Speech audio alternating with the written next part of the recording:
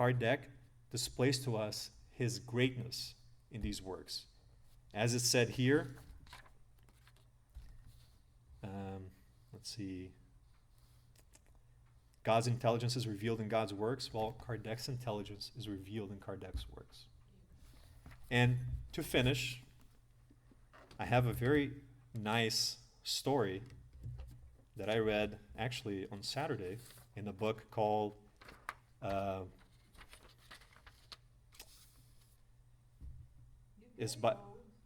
having difficult time. I need my ginkgo biloba. It's a book by Hermínio Miranda. Well, it's a lot of books. I forget. I lose track. It's a book by Hermínio Miranda, and it's a passage entitled "A Letter to a Catholic Mother," his mother. It's a personal letter to her.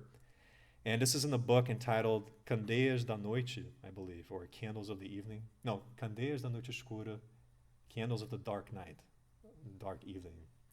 It's translated loosely. There's no English translation, so sorry. But I actually translated this to English so we can share it here. And the story goes as follows.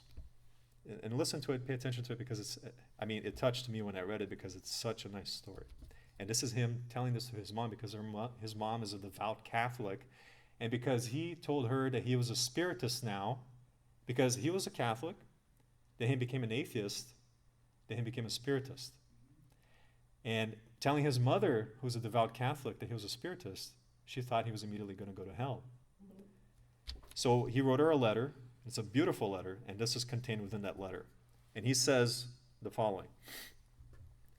A child said to his father, "Dad, you don't exist."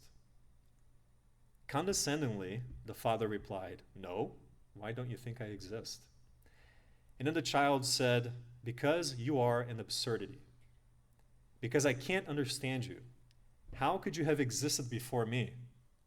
How is it possible that you know, for example, that the dark forest over there holds many dangers and sufferings? Who taught you the things that you know? Who made you? No, you don't exist." And in order to prove him wrong, the father wrong, the child wanted to cross the forest in the darkness of night.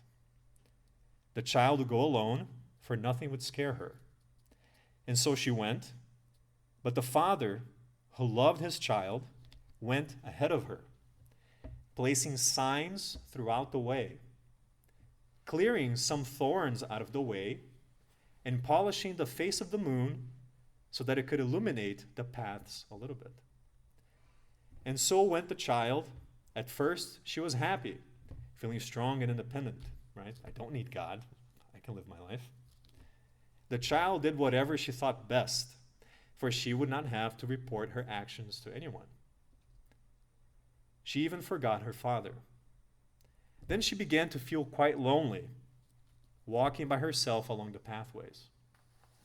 And absurdly, she began to miss her father and began to notice that his kind hand had been through there, spreading the signs of his presence. He had removed some thorns from here, removed the rock from there, left some fresh water over there. And how was it that the moon, lost in the clouds, now shone so intensely in the sky? Could it have been the Father who increased its brightness? Yes, it was, the child suspected. The child now felt this perfectly, with clarity. So the Father existed. He was good and he loved her. As she thought this, she ended up outside of the forest on the other side. So as soon as she reconnected, she left that dark forest. There, waiting for her, was her father. With the same sublimated love as always, the child fell upon his feet, kissing his hands, lamenting the time spent in the dark forest, lost, suffering for no reason other than to prove to herself that her father did not exist. The poor child forgot that if she could prove him wrong, she would have also proved that she did not exist. Beautiful story, right? So that's it for today's study. Thank you all for participating. And I hope that we've learned something here today. And as always, go back to the works, review them and study them because they're very important.